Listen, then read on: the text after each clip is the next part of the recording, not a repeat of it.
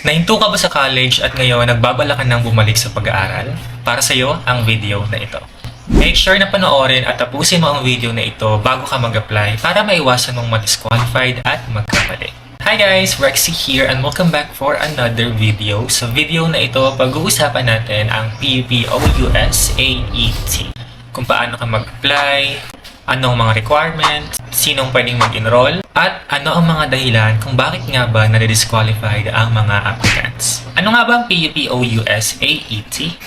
Ang ibig sabihin nito ay Polytechnic University of the Philippines Open University System Admission Evaluation for Transferee. Yes, from the word itself, transferee, so ang mga qualified dito ay yung mga estudyante na nakapag-college na before at nag-stop ng pag-aaral. Pwede ka rin mag-enroll dito kapag ikaw ay 3 years diploma course graduate. Pwede ka rin mag-enroll dito kung ikaw ay 2 years diploma course graduate. So certification program, associate program, at technical and vocational program. Kung isa ka sa mga nabanggit ko, pwede ka na mag-apply dito sa PUP Open University System AET. Ang kagandahan sa program na ito ay pwede kang mag-aral kahit nasa bahay ka lang. Ito ay free tuition fee at higit sa lahat, makakapasok ka dito kahit hindi ka nag-entrance exam dahil dito sa PUP Open University System AET ay hindi na required ang entrance examination. Kapag nakapasa ka ng evaluation, pasok ka na kaagad as a scholar ng bayan. Bago tayo gumawa ng iApply account, siguraduhin muna na meron kang mga documents na i-upload gaya ng 2x2 picture, PSA birth certificate, COE or Certificate of Employment para sa mga nagtatrabaho. Kung ikaw naman ay hindi nagtatrabaho, kailangan mo lang ng NBI at police clearance. Kung ready na ang iyong mga documents, narito naman yung application. First of all, number 1, gumawa tayo ng iApply account sa system. I-upload ang mga required documents at make sure na i-double check mo ang mga documents mo at ang mga inalagay mong information bago mo siya i-submit. Narito naman ang process ng pag-apply sa iApply. Ito yung mga qualified again para dito sa program at make sure na lahat ng documents mo ay ready na bago tayo magsimula. So, lahat ng documents kailangan naka-PDF format. Lahat po ito ay nasa iisang file lamang. Kung nagawa mo ito sa Microsoft Word, isave mo lang po ito via PDF.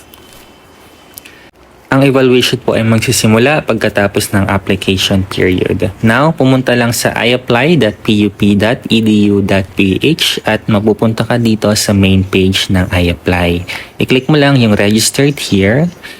And then, basahin mo yung terms of service. Scroll down mo lang. Then, click mo yung yes, I have read, understood, and I agree to these terms of service. And then, click OK. Pagkatapos mo yan, piliin mo lang yung PUP/OUS AAET dahil dito po tayo mag-apply.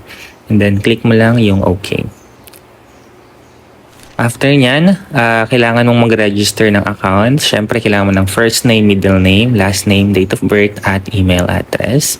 And make sure na strong ang password mo. Then, click Submit. Mababalik ka dito sa main page. So, magla-login ka na. Ilagay mo lahat ang nilagay mo kanina, such as email, password, and then click Sign In. Tapos, ang first thing na gagawin mo ay application form. I-click mo lang ito. Then, click Next. Basahin mo lang yung instruction dito. Sobrang bilis at madali lang naman ito. Upload mo lang yung 2x2 picture mo. Ang maximum file ay 300 KB.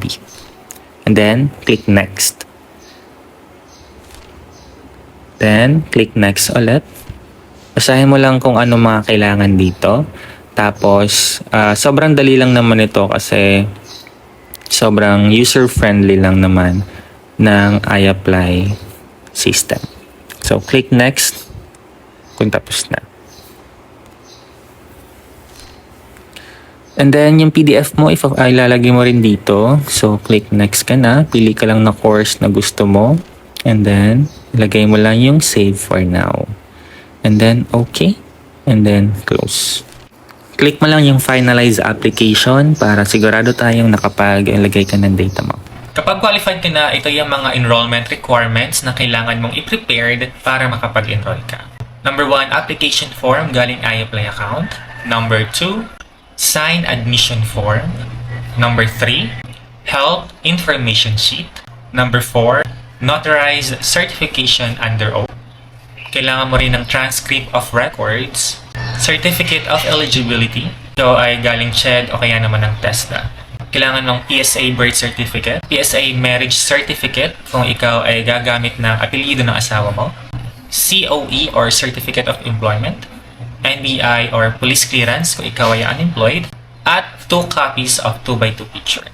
Ang resulta ng evaluation po ay makukuha mo 2 weeks after ng deadline ng application. So make sure na i-check mo ang iyong I-apply from time to time para malaman mo agad ang resulta ng iyong application.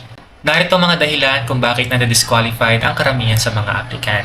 Number 1, multiple accounts or multiple applications ang ginagawa nila. Number 2, maling impormasyon ang nilalagay. Number 3, hindi ikaw mismo ang gumawa ng application. Kaya reminder, ikaw lang dapat ang mag-register ng application under your name. Narito naman yung mga courses na available sa PUP-OUS AET. So ayun guys, sana katulong ang video na ito, lalong-lalo na sa mga gustong bumalik sa pag-aaral. Ako po ay graduate din sa PUP Open University System. Nakikita niyo po yung picture ko over there. I graduated as magna cum laude. So ano pang hinihintay nyo? Make sure to like, subscribe para sa mga ganitong video at para sa mga tips. See you next vlog. Bye!